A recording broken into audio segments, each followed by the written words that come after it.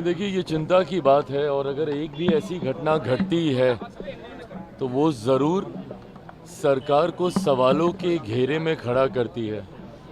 हम लोग खुद प्रदेश प्रशासन से मुख्यमंत्री जी, जो कि प्रदेश के हमारे गृह मंत्री भी हैं, उनसे भी हम लोगों ने पुनः ये आग्रह किया है लिखित तौर पर भी, क्योंकि हाल फिलहाल के दिनों में जिस तरीके से टारगेट किलिंग भी बढ़ी है, जिस तरीके से अनुसूचित जाति से आने वाले लोगों के लिए, ख़ास तौर पर पासवान समाज के लोगों की भी इस दौरान चुन चुनकर हत्याएं की गई हैं।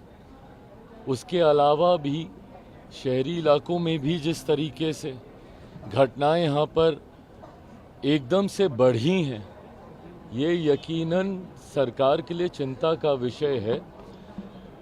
मुख्यमंत्री जी से भी ये आग्रह हम लोगों ने पुनः किया है कि इस बात को नियंत्रित करने की ज़रूरत है।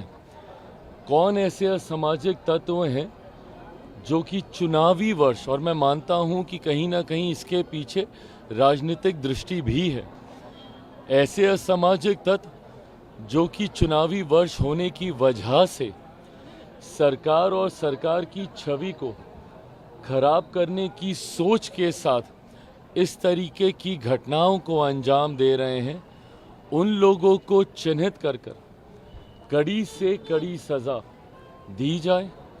हम लोगों ने भी स्थानीय प्रशासन, अलग अलग ज़िलों में जहाँ जहाँ पर भी इस तरीके की घटनाएं हो रही हैं, वहाँ पर एसपी हों, स्थानीय प्रशासन के लोग हों, उनसे बात कर तुरंत ऐसे लोगों को चिन्हित कर कड़ी कार्रवाई करने का हम लोगों ने भी बात किया है।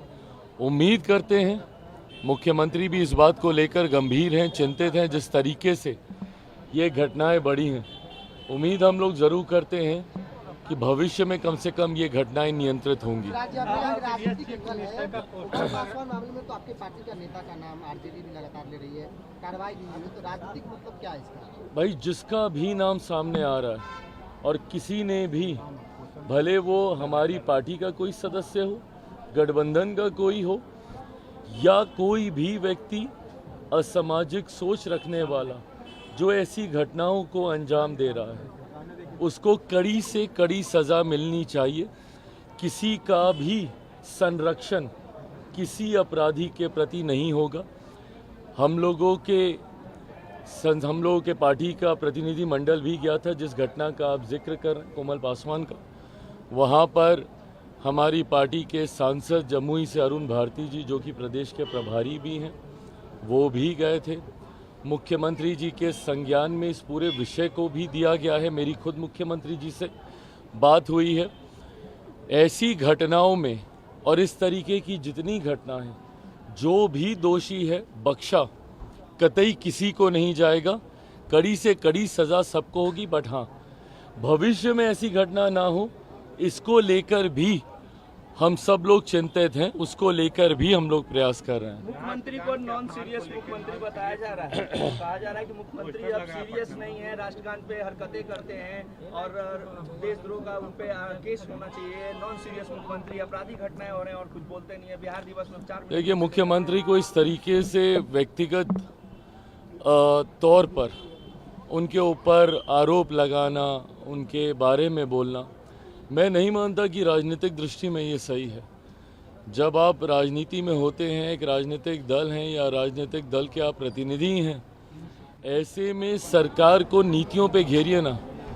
लॉ एंड ऑर्डर के विषय पे मैंने कहा ही कि भाई ये सरकार के लिए चिंता का विषय है। बिहार में हम लोग सरकार का हिस्सा नहीं है, हम लोग के पास वो संख्या नहीं है कि हम लोग सरकार का हिस्सा होते। हम लोग और मजबूती से अपनी बातों को हम लोग रखते, जिस तरीके से केंद्र में हम लोग सरकार का हिस्सा हैं।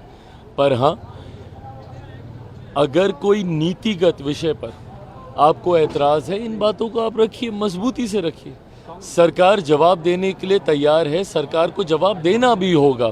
पर ऐसे में मुख्यमंत्री के स्वास्थ्य को लेकर व्यक्तिगत आरोप प्रत्यारोप करना उनके ऊपर, मैं नहीं मानता कि ये सही है। इफ्तार का आयोजन आपने किया है और किया है आपके और सारे मुस्लिम संगठनों ने आपका और सीएम नीतीश के दावते इफ्तार का बाइकआउट किया है। देखिए, मैं मदनी साहब का बहुत सम्मान करता हूँ, आदर करता हूँ। उनसे पुराने संबंध हम लोगों के रहे हैं। ऐसे में मैं जानता हूँ कि उनकी अपनी चिंताएं हैं, जिसको लेकर उन्होंने इस तरीके का फैसला लिया है।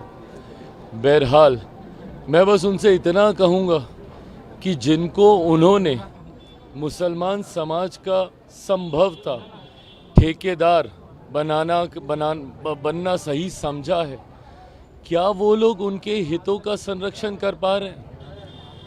आप भले हमारे इफ्तार में मुस्लिम संगठनों को आप कहें कि भाई ना जाएं, मुख्यमंत्री जी के इफ्तार में आप कहें कि वो ना जाएं, चंद्रबाबू नायडू जी के इफ्तार में उनको कहें कि वो ना जाएं, पर जो लोग राजद के इफ्तार में जा रहे हैं, बताएं कि इन लोगों ने क्या किया है मुसलमानों के लिए। इन लोगों से भी तो सवाल जवाब किए जाने चाहिए ना, जो अपने आप को सो कॉल्ड मुसलमानों का ठेकेदार समझते हैं, उनके हितों के संरक्षण करने वाला समझते हैं। पूछा तो इनसे भी जाना चाहिए कि लंबे समय से सत्ता का हिस्सा ये लोग रहे, क्या मुसलमानों की स्थिति में सुधार आ गया? लंबे समय से राजद जैसी पार्टियां, सपा जैसी पार्टियां जो अपने अपने राज्यों में सत्ता में रहीं, क्या किया इन लोगों ने मुसलमानों के लिए? अगर मैं अपनी बात करूं, मेरे नेता, मेरे पिता आदरणीय रामविलास पासवान जी ने तो अपनी पार्टी तक को समाप्त कर दिया था, मुसलमान को मुख्यमंत्री बनाने की सोच को सामने रखने को लेकर। क्या किया था उस वक्त राजद जैसी पार्टियों ने? बहरहाल मैं मदनी साहब का आदर करता हूं और उन्होंने ये कहा है मेरे सराखों पर उनको भी कम से कम इन बातों को देखना चाहिए कि जिन लोगों को आप अपना हितैषी समझते हैं, मौका आने पर वो क्या करते हैं आपके लिए और आपके समाज के लिए। आप एक्टर भी रहे हैं। सुशांत सिंह राजपूत मामले में सीबीआई ने डिस्क्लोज कर दिया सारे मैटर को। सुशांत सिंह राजपूत मामले में सीबीआई ने मैटर को डिस्क्लोज कर दिया गया है पूरी तरीके से। आपको सीबीआई के द्वारा क्लोजर रिपोर्ट सबमिट कर दी गई है और जिसमें अंतोगत्वा सुसाइड ही बताया गया है। बहरहाल ये जांच प्रक्रिया का हिस्सा रहा है। तथ्यों के आधार पर सीबीआई के द्वारा संभवतः ये क्लोजर रिपोर्ट सबमिट की गई है। जिस वक्त ये घटना घटी थी उस वक्त भी मैंने कहा था कि अगर समय बीतता है और जल्द कार्रवाई नहीं होती, संभवतः तथ्यों के साथ छेड़खानी की जाती है, उनको मिटाने का, उनको बदलने का प्रयास किया जाता है। उस वक्त भी मैंने आग्रह किया था कि हम लोगों को जल्द से जल्द सीबीआई को ये केस सौंपना चाहिए। स्थानीय प्रशासन पर कई तरीके के सवाल उस वक्त खड़े हो रहे थे। अब तथ्यों के आधार पर या तथ्यों के अभाव में सीबीआई ने अपनी क्लोजर रिपोर्ट सबमिट कर दी गई है।